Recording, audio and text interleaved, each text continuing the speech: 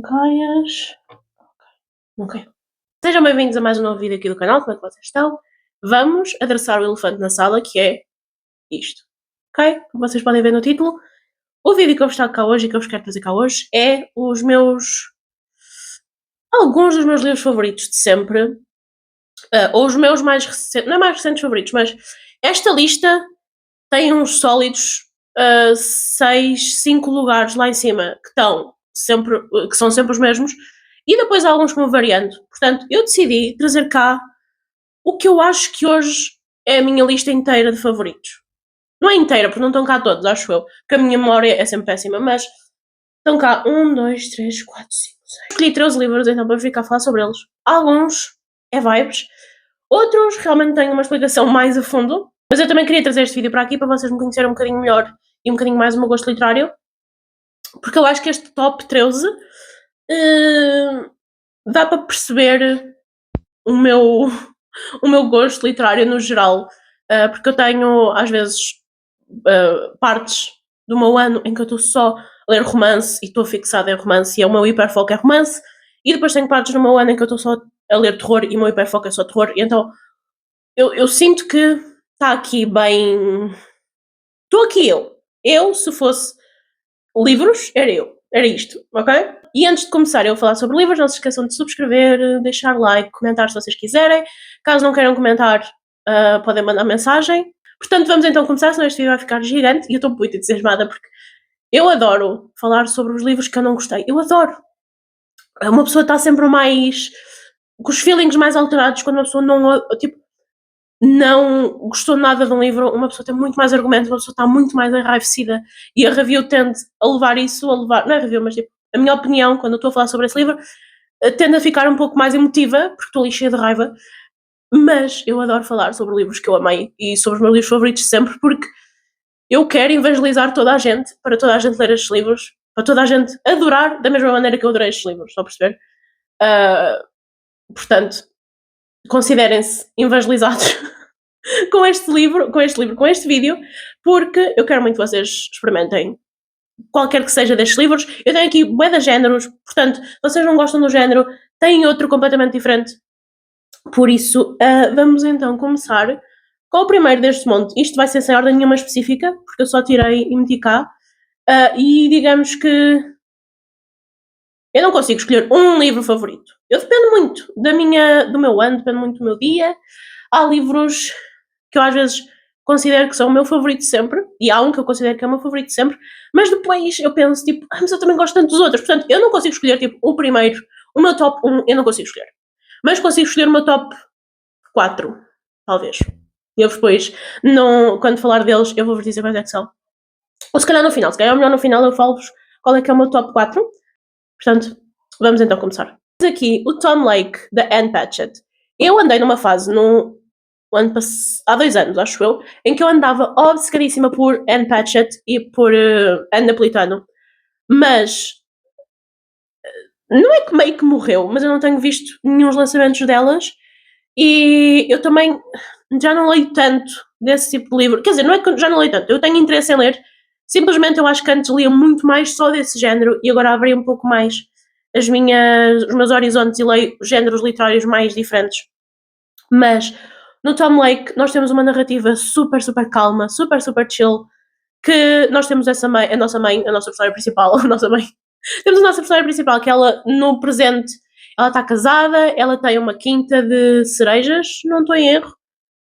Ela tem uma quinta de apanhar o que é que seja a fruta, e isto passa-se pós-Covid, acho eu acho que temos aqui uma referência à Covid, e ela está, ou é durante o Covid, não sei, mas basicamente nós temos o presente, a nossa mãe. O que é que eu estou a dizer a nossa mãe? A nossa personagem principal, desculpem. A nossa personagem principal, que é uma mãe que já tem filhas, tem um marido, e eles estão todos na quinta da família a apanhar o que eu acho que são cerejas, mas a minha memória é péssima, portanto se calhar eu não estou a dizer corretamente, peço desculpa, mas elas estão a apanhar aquilo durante a primavera e enquanto estão na apanha da fruta, a mãe está-lhe a contar a história dela e é tão bom, é tão vibes, porque tem muitas vibes de elas estarem lá na quinta e estarem a apanhar e estarem a falar com a mãe e a perceberem que A mãe não é só a mãe delas, a mãe é uma pessoa individual que teve a sua história, que teve as suas oportunidades da vida, que conheceu pessoas, como é que ela acabou com o pai delas. Nós percebemos que ela se vai. Ela, antigamente, quando era nova, teve ali uma relação um bocado complexa com um ator super popular, porque ela própria também trabalhava um bocado no ramo. E nós vamos então percebendo como é que esta relação destes dois começou, como é que acabou, como é que está atualmente, onde é que esta relação se encontra. E então eu gostei muito de acompanhar esta história. Não foi o meu primeiro livro de Anne Patchett. Eu quero dizer que até foi o último livro que eu li dela. Eu acho que sim. Eu acho que foi o meu último livro que eu li dela.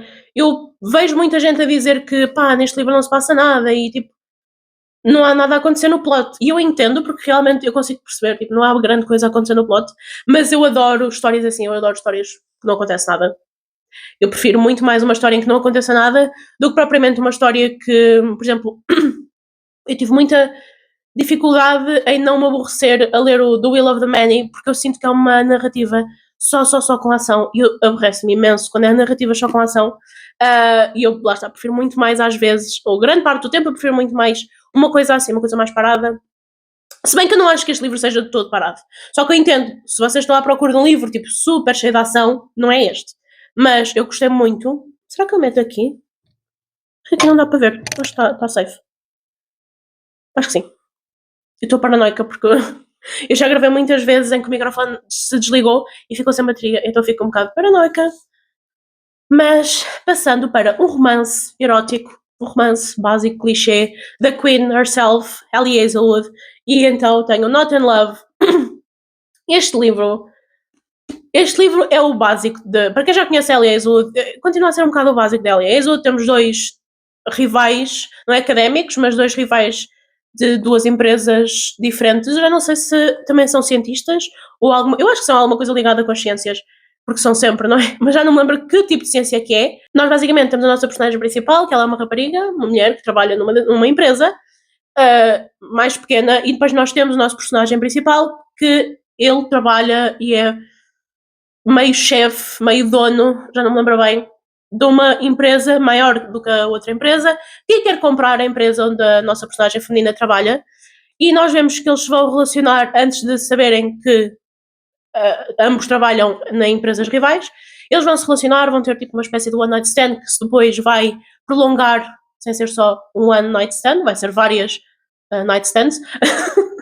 E é um livro que se foca muito na relação destes dois, e é uma relação extremamente física, e eu gostei muito do facto de ser uma relação extremamente física, mas muito realista, e depois de passar, de nós acompanharmos esta viagem, de passar de relação meramente física para se apaixonarem e gostarem do outro.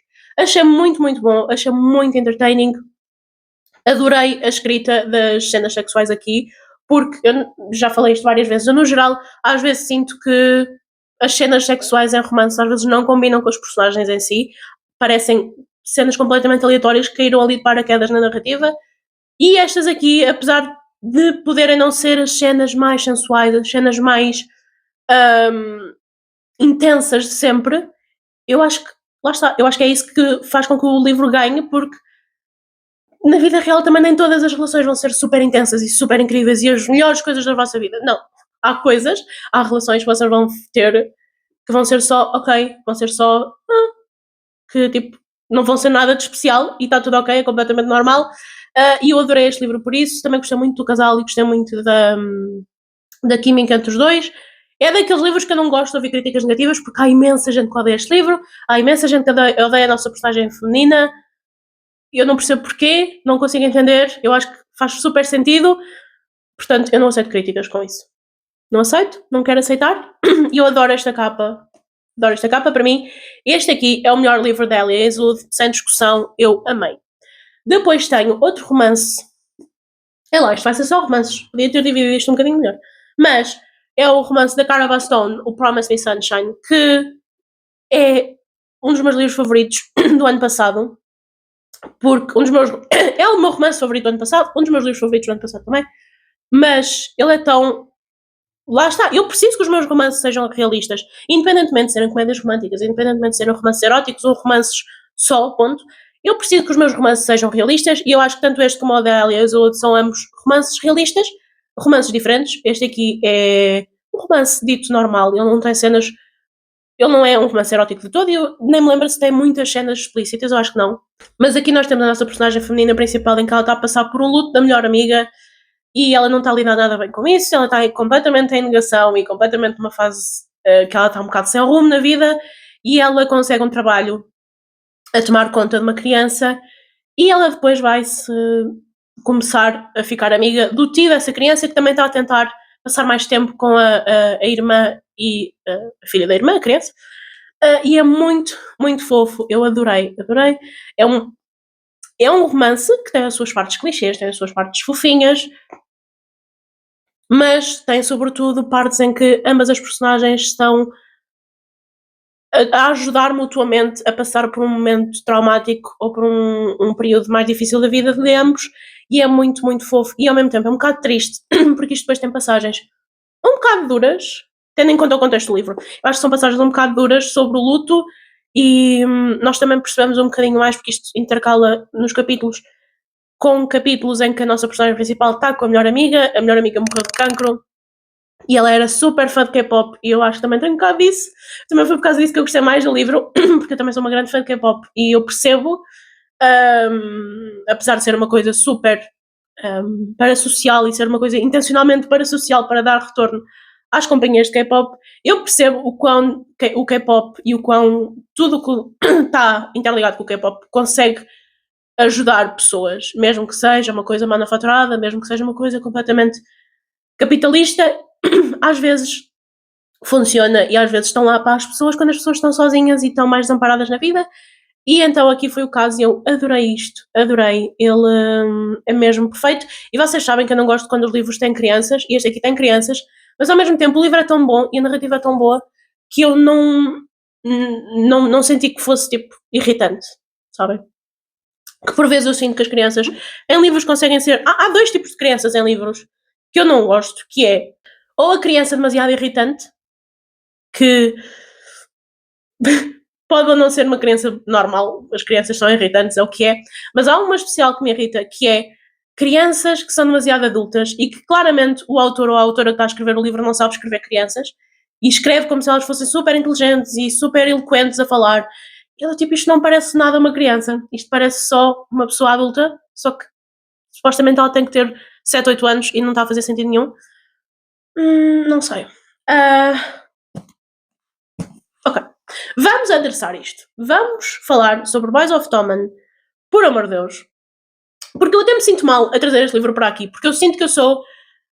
Que eu, não, eu sinto que toda a gente ama e adora esta série de uma maneira demasiado intensa. E apesar de eu gostar muito desta série, eu sinto que não amo tão intensamente como vocês amam. Ganharam a luta de fandom, de fangirls, porque eu até me sinto mal em dizer isto para aqui, porque eu vejo tanta gente a ter sentimentos tão intensos com estas personagens, com esta série, com estes livros, que eu penso, eu adorei os livros. Especialmente porque os livros estiveram lá para mim num momento em que mais ninguém estava. Porém, vamos ter calma. Vamos dar 2 passos atrás e ter calma um bocadinho, ok? Eles não deixam ser livros. Isto vai ser super contraditório porque ele está no meu top de livros favoritos. No entanto, eu tenho que dizer que eles não deixam de ser livros ok. Matem-me, crucifiquem-me. Eles são bons porque eles são muito entertaining, mas eles não são livros incríveis. Vamos ser realistas. E eu vejo tanta gente a dizer que, meu Deus, eles são perfeitos, incríveis, eu vou morrer por estas personagens. Eu agora sei que a informação que vai ser adaptada pela Amazon, e está toda a gente a dizer, e inclusive eu relacionei-me com isso, mais porque eles estão a promover a série como uma coisa young adult, que eu entendo, se eles vão adaptar, por exemplo, o Binding 13 e o Keeping 13, eu percebo que possam dizer que é uma coisa young adult, no entanto, quanto mais se anda para a frente, mais difícil é adaptar aquilo de uma maneira fiel ao livro que seja para um público young adult, porque efetivamente isto não são livros nada fáceis para tipo miúdos e miúdas de 13, 14, 15 anos lerem, não é o público-alvo, não deviam estar a ver. e estarem pronto, a dizer e a resumir todos estes livros como um romance fofinho adolescente, é um bocado wild, na minha opinião. Portanto, eu percebo o medo, ao mesmo tempo, é só uma adaptação cinematográfica, ok? Os livros não vão a lado nenhum, os livros vão continuar a existir. Portanto, temos medo, podem ser uma má adaptação. Ai, bati nisto. É provável, ok? É provável que não vá ser uma adaptação incrível, mas temos que ter chill também. Temos que ter chill, porque os livros não vão a lado nenhum. Podem fazer a pior série de sempre, vamos continuar a ter os livros, que são a melhor fonte de história disto. É muito difícil fazer uma série que vá ser tão bom quanto os livros, mas precisamos ter chill, malta. Precisamos ter chill com esta série. Há tantas séries no mundo, nós temos que ter chill com esta, porque eu vejo tanta gente, e não tem mal nenhum, fazem bem, estão a perceber? Mas eu sempre disse, tipo, eu adoro Boys of Tommen, e depois eu sinto que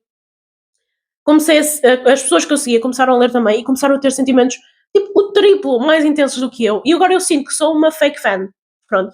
Sinto que sou uma fã fake, sinto que não sou uma fã sério, mas tinha que estar aqui. Eu trouxe este porque é o primeiro da série, mas eu adorei a série toda. Vou ler mais quando os livros saírem.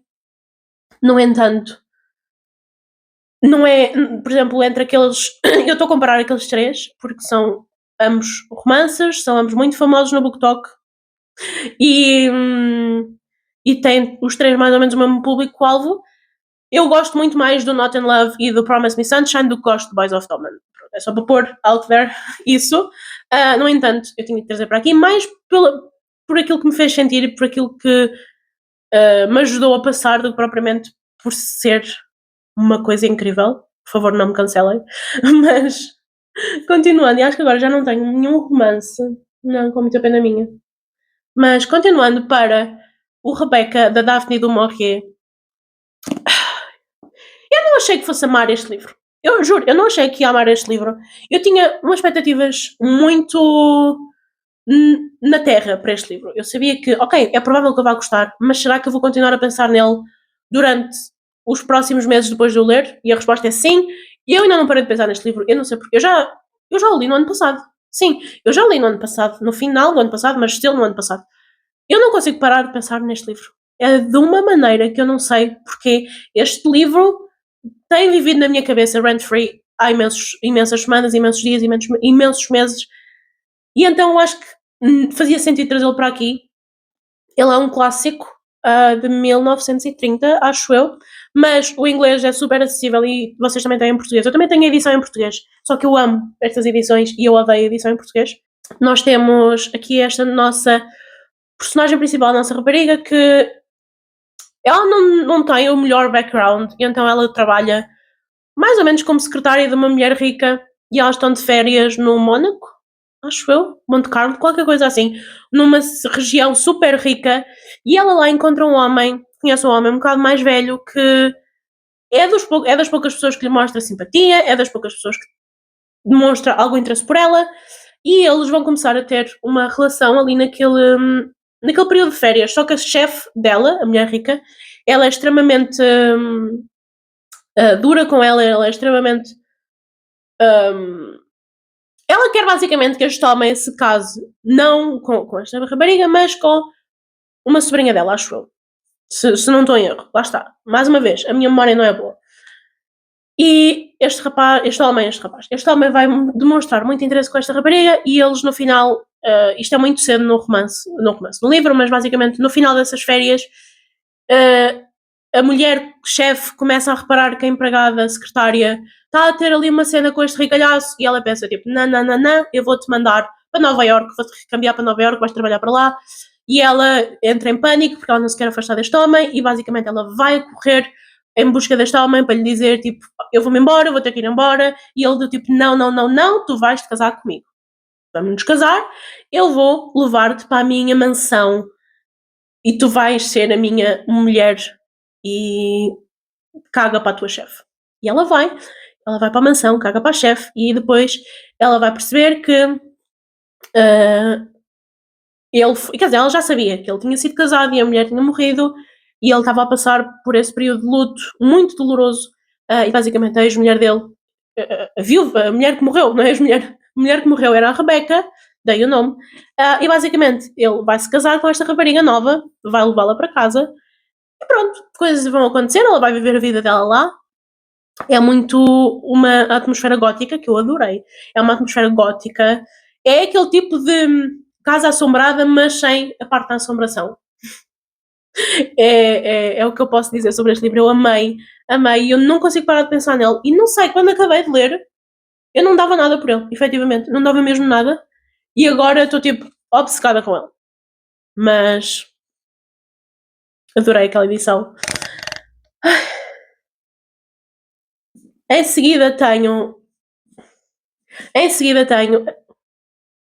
Em seguida tenho A História Secreta, que durante muitos meses, quando eu acabei de ler, foi o meu livro favorito de sempre. E continua a ser. Este continua a estar no meu top 4 de livros favoritos de sempre. Eu amei esta. Ih, já está a ficar amarela. Não, já não é recente, não é? Ih, está mesmo amarelada, que nojo. Eu gostava de saber como. Quer dizer, fica giro porque mostra que os livros têm vida e que os livros foram usados e bem amados. No entanto, eu gostava de saber uma coisa para não deixar as páginas amarelas. Eu não sei se isto tem a ver com a umidade, não sei se tem a ver com o sol, não faço ideia. Ao mesmo tempo, não é assim tão deep. Mas eu acho que não preciso falar do que é a história secreta. Acho que toda a gente e as mães delas já sabem o que é a história secreta.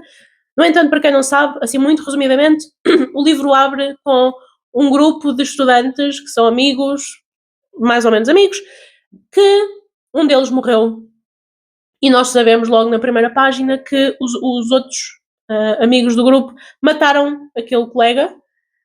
E nós vamos ver tudo e acompanhar tudo da perspectiva do nosso personagem principal, que é um rapaz. Eu tenho que frisar que esta é uma universidade. Que a universidade em si não é para ricalhaços. No entanto, este curso específico é um curso para ricalhaços.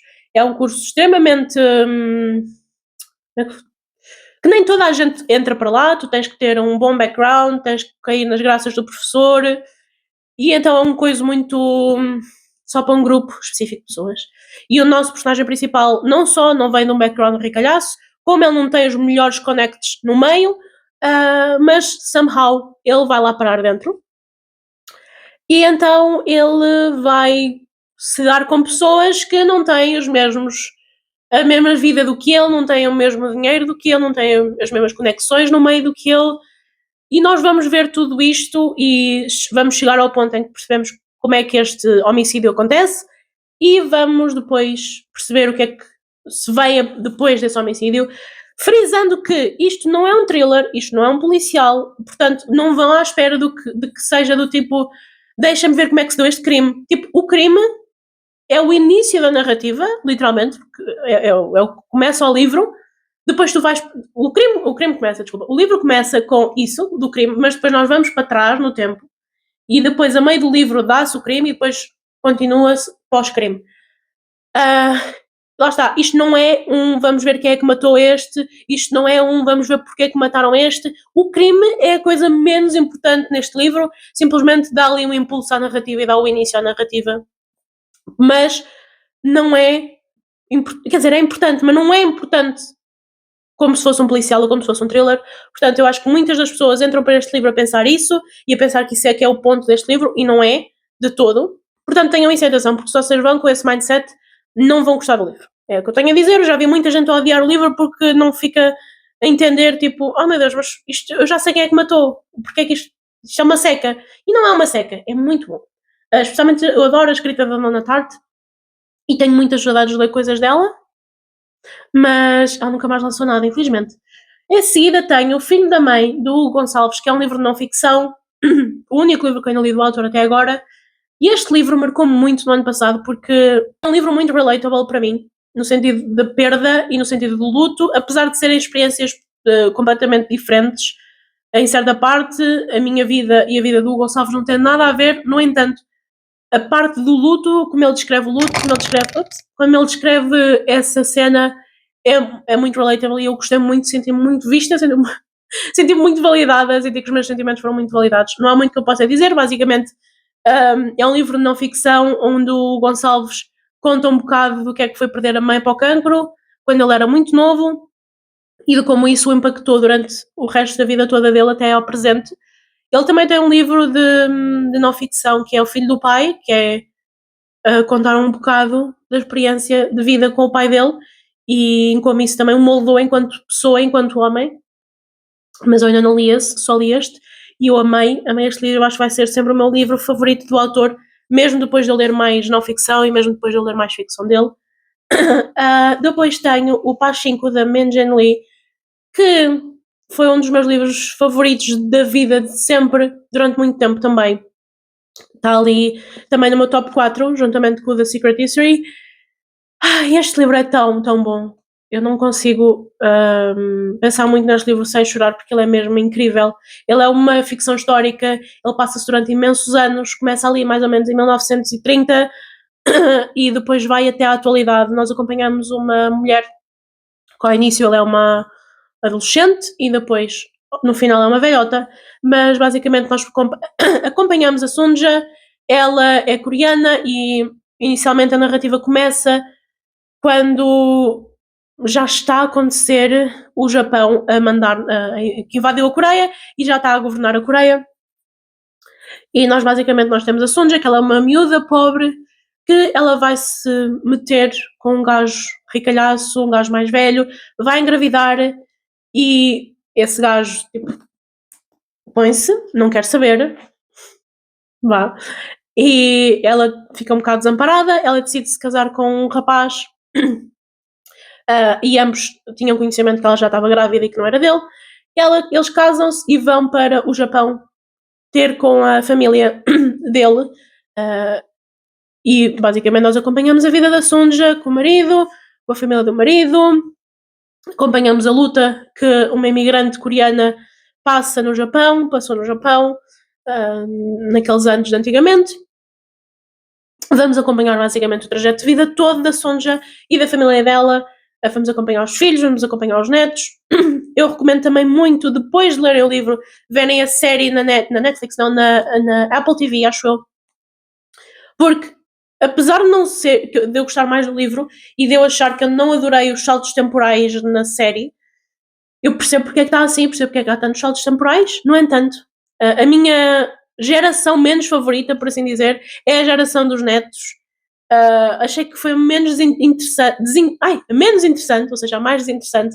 No entanto, eu acho que faz muito sentido nós percebermos porque é que o neto pensa daquela maneira, porque é que é tudo basicamente trauma familiar e é muito isso, é muito trauma familiar. E eu estou a ver agora uma série, quer dizer, quando vocês estiverem a ver isto, eu já acabei essa série há algum tempo, mas neste momento estou a ver o When Life Gives You Tangerines, que é tão, tão, muito a vibe do Pachinko também. Nós também acompanhamos uma família coreana que também não é muito rica, não é rica de todo, tal como a família da Sonja, e apesar de aqui retratar muito a luta de imigrantes noutros países, no When Life Gives You Tangerines isso não acontece. Há ali umas partes que acontece, mas não é imigrantes, é simplesmente diferenças de regiões, diferenças de ricos e pobres e os preconceitos que os ricos têm com os pobres e vice-versa. No entanto, não é nada comparado às coisas que são às vezes e a família tem que passar por serem coreanos a viverem no Japão. Mas eu gostei muito. Agora a autora vai lançar um novo livro em setembro, eu estou muito entusiasmada porque também é uma ficção histórica, portanto estou muito contente. E agora vamos passar para o Caruncho, da Lélia Martínez. Eu trouxe a minha edição em espanhol porque eu adoro. Eu sou muito vaidosa com a minha edição de espanhol, porque tecnicamente é a minha edição original do livro, porque ele é originalmente espanhol. E nós aqui temos uma espécie de casa de terror, em que conhecemos uma avó e uma neta que vivem ambas nesta casa estranha, que já passou por muito, foi construída há muitos anos, e é sobretudo um livro sobre trauma geracional, sobre os fantasmas que ficam na casa e que nos vão, não é comendo por dentro, mas que nos vão, que estão sempre presentes, sabem? É literalmente trauma geracional no seu melhor, com um toque de terror muito bem escrito. Eu adorei o terror deste livro, especialmente dos olhos das personagens. ver aquela casa através da neta, ver aquela casa através da avó, foi muito marcante para mim, especialmente através da neta, porque é a nossa primeira abordagem. O nosso primeiro capítulo é a neta em casa a falar das coisas que estão a acontecer em casa. É super macabro, mas é super bonito ao mesmo tempo. É ali uma dualidade que eu particularmente sou fã, porque eu adoro Casas Assombradas, portanto, eu gostei muito. Pode ser um bocado creepy, de vez em quando, pode ser, senhora, mas eu acho que vale totalmente a pena. Ele foi o meu livro favorito do ano passado. Eu amei mesmo, especialmente, lá está, estas descrições de terror que são totalmente, para mim, são totalmente inovadoras, que eu nunca tinha lido nada semelhante, mas pá, valem totalmente a pena. Depois tenho um livro de fantasia que, tal como Boys of Tommen, para eu não trazer a série toda, eu trouxe só o primeiro, que é o The Poppy War, da R.F. Kuang, que para mim é a minha fantasia favorita de sempre, é a minha fantasia de conforto, apesar disto ter zero conforto. Isto é super, super triste, é super, super dramático. Nós acompanhamos a nossa personagem principal. Como é que ela se chama? A Rin. Nós acompanhamos a nossa personagem principal, a Rin, desde que ela é uma miudinha nova até que ela é uma adulta. E esta série, lá está, é muito uma fantasia muito focada em guerra e em estratégia.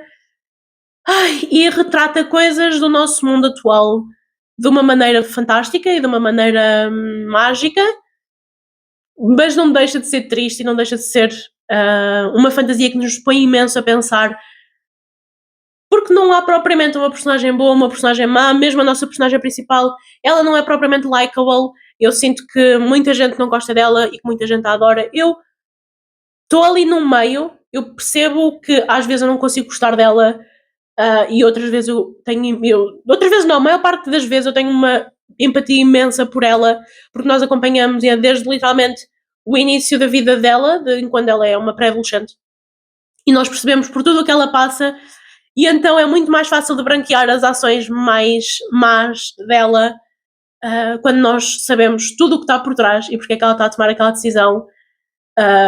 Mas eu acho que é isso que torna este livro e esta série forte, é mesmo todo esse espectro de personagens e de cada um ter a sua personalidade distinta e de parecerem, mesmo que seja num livro de fantasia, de parecerem muito realistas, mas definitivamente é uma fantasia muito pesada e ele não é uma romantasy. Repitam comigo, The Poppy War não é uma romantasy. Parem de dizer que é uma romantasy, porque não é.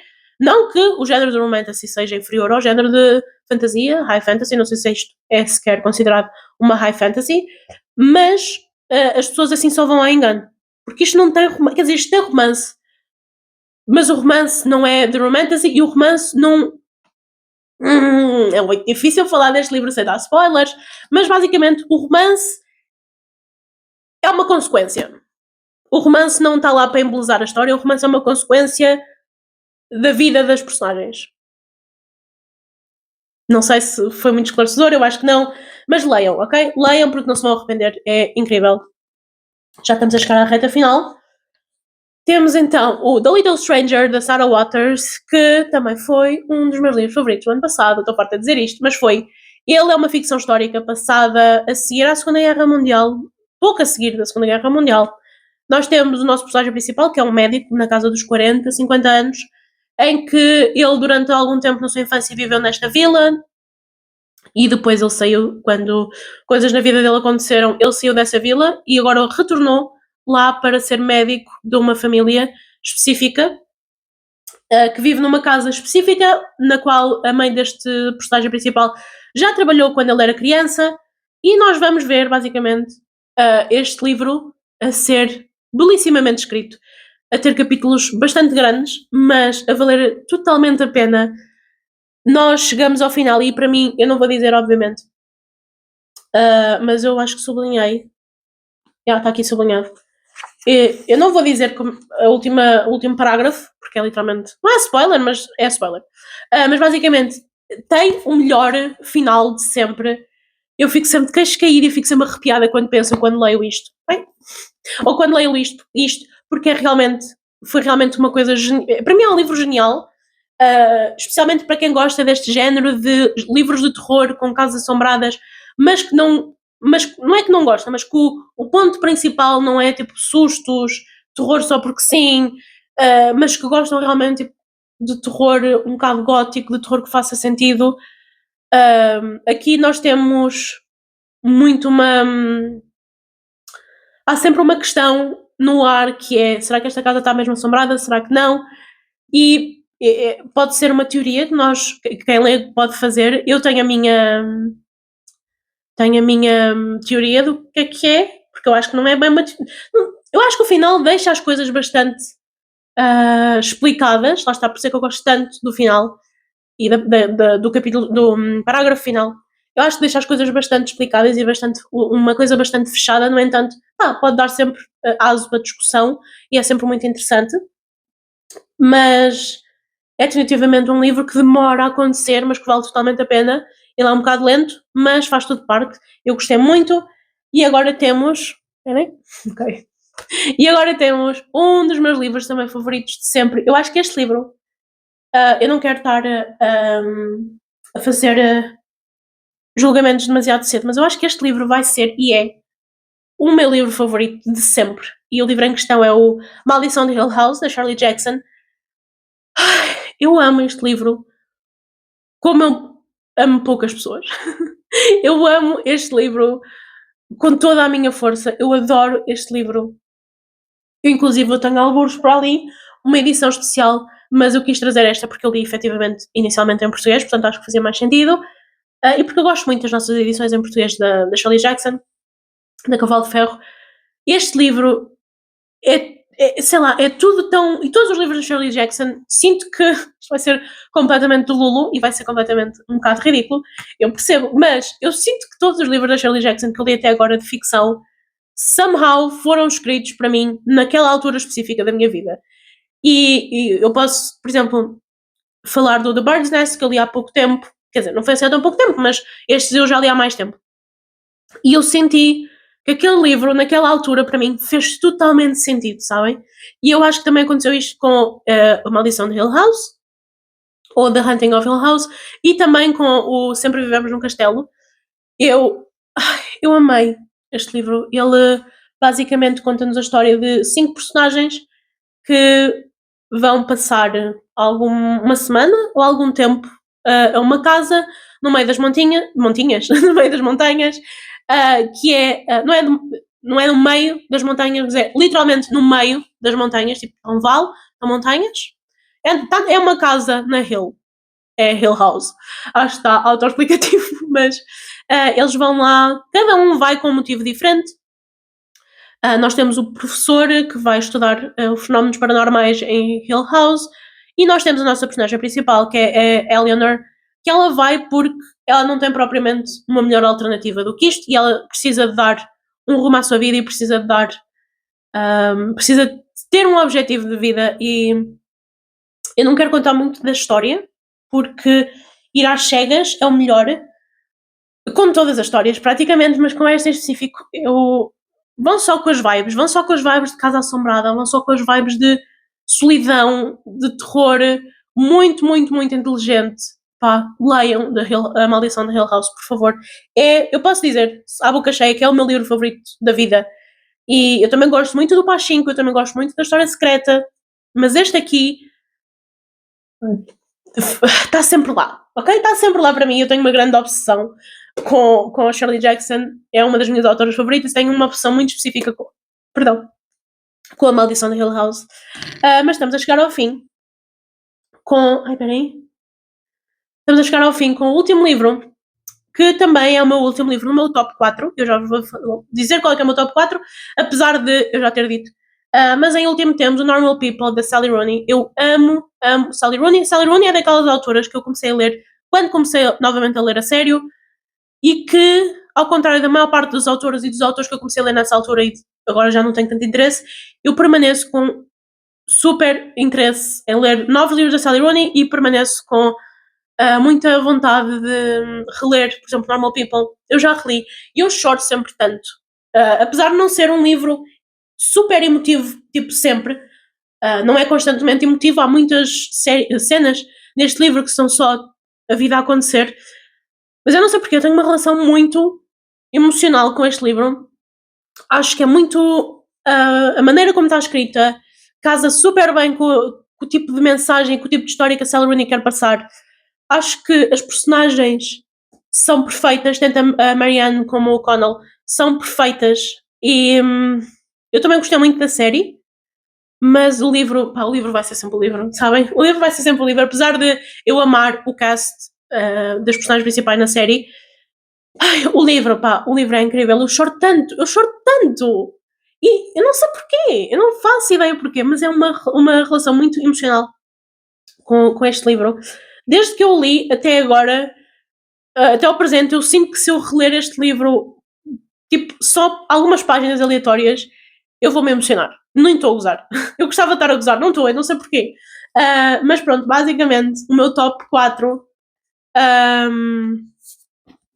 Se bem que é um bocadinho autoexplicativo, mas basicamente, o meu top 4 é então. Eu vou tentar pôr isto numa ordem, vai ser um bocado difícil, mas basicamente, eu acho que em quarto lugar tenho Normal People. Acho que sim. É muito complicado pôr isto em top 4. Ok. Normal People em quarto lugar.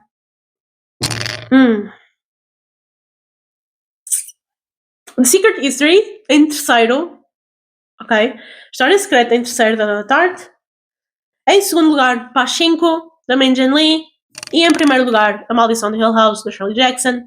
Eu acho que sim, eu acho que isto é o meu top 4. Esperem. Este é o meu top 4 da vida, até agora. Pelo menos lá está. Pelo menos atualmente é o meu top 4. Muitas coisas podem mudar. E definitivamente eu não penso muito, tipo, qual é que será o meu livro favorito da vida? Pá, não penso muito. E eu sei que há muita gente que diz, tipo, que o livro favorito delas, a resposta ao livro favorito delas depende muito da pessoa que está a perguntar. E eu não consigo me relacionar com isso, porque para mim não consigo dizer outro livro favorito para quem, independentemente de quem me pergunta, sem ser um destes 4 ou um destes 13 livros. Portanto, eu já estou a falar há imenso tempo. O meu microfone ainda não se desligou, portanto, palminhas para ele. Mas eu vou-me calar, porque eu sinto que este episódio eu já falei imenso, mas simplesmente eu queria me dar um bocadinho mais a conhecer e para vocês me conhecerem um bocadinho mais no meu gosto literário, e pode-se dizer que é isso. Eu gosto muito de ler terror paranormal, gosto muito de ler literary fiction, gosto muito de ler romances, gosto de ler alguma fantasia, e é um bocado isso, né? Sim, é um bocado isso. Eu sou um bocado básica. É o que é. Mas adoramos ser básicas, portanto, olhem, o vídeo de hoje vai ficar por aqui, não se esqueçam de comentar e seguir e subscrever se quiserem, e nós vemos então no próximo vídeo, na próxima semana, talvez, se Deus quiser. Vemos então na próxima semana.